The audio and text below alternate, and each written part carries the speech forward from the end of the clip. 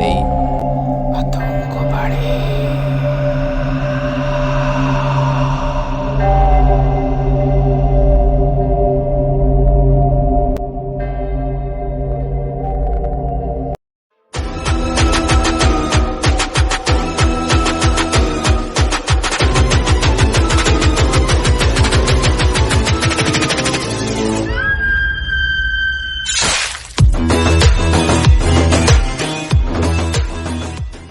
নমস্কার, সকলকে স্বাগত জানাচ্ছি ভূতত্ত্বের 81 নম্বর এপিসোডে। আজকে একটি জমজমাট ঘটনা রয়েছে। ঘটনাটি কালো জাদুকে বেস করে এবং ঘটনাটি আমি কালেক্ট করেছি পায়েলের কাছ থেকে। তো বেশি কথা না বাড়িয়ে চলে যাব আজকের জমজমাট ঘটনায়। আমার নিজস্ব খুব বাজে কিছু অভিজ্ঞতা হয়েছে বেশ কয়েকবার। তবে এইসব অভিজ্ঞতা সবার সাথে হয় না। যাদের সাথে হয় না তারা যেন অনেক সৌভাগ্যবান।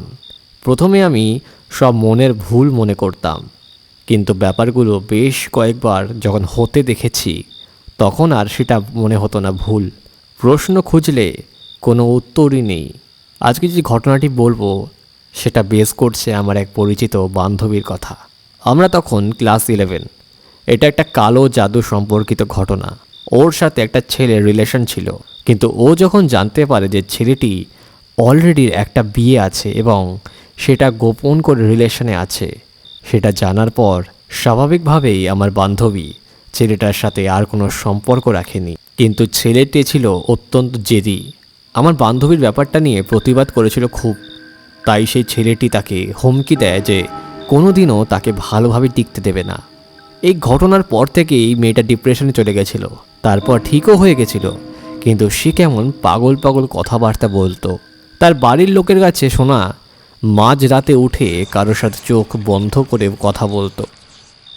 স্নান করতে গেলে 2 ঘন্টা সময় লাগতো এবং বাইরে থেকে সবাই শুনতে পারতো কারোর সাথে কথা বলছে। একবার নাকি সে মাঝরাতে ছাদে একা একা চলে যায় এবং কারোর সাথে খুব ঝগড়া করার মতন কথা বলে, কিন্তু সবটাই নাকি চোখ বন্ধ অবস্থায়।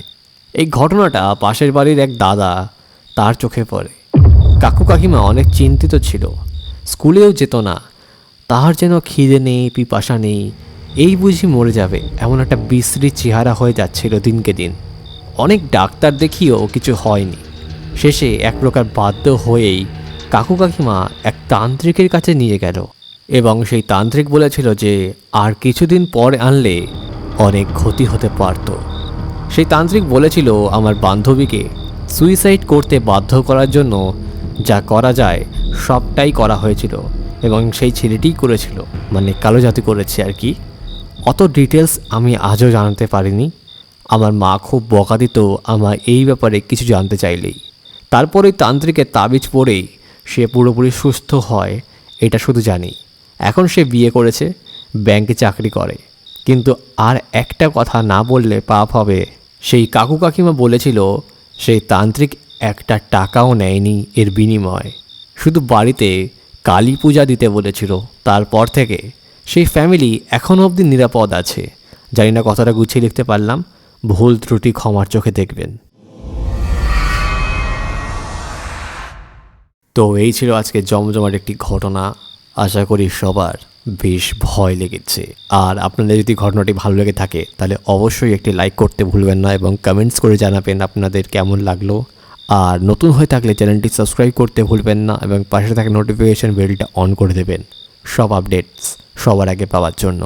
আর আমাকে ঘটনা পাঠাতে চাইলে আপনারা মেল করতে পারেন chatterjee24@gmail.com-এ।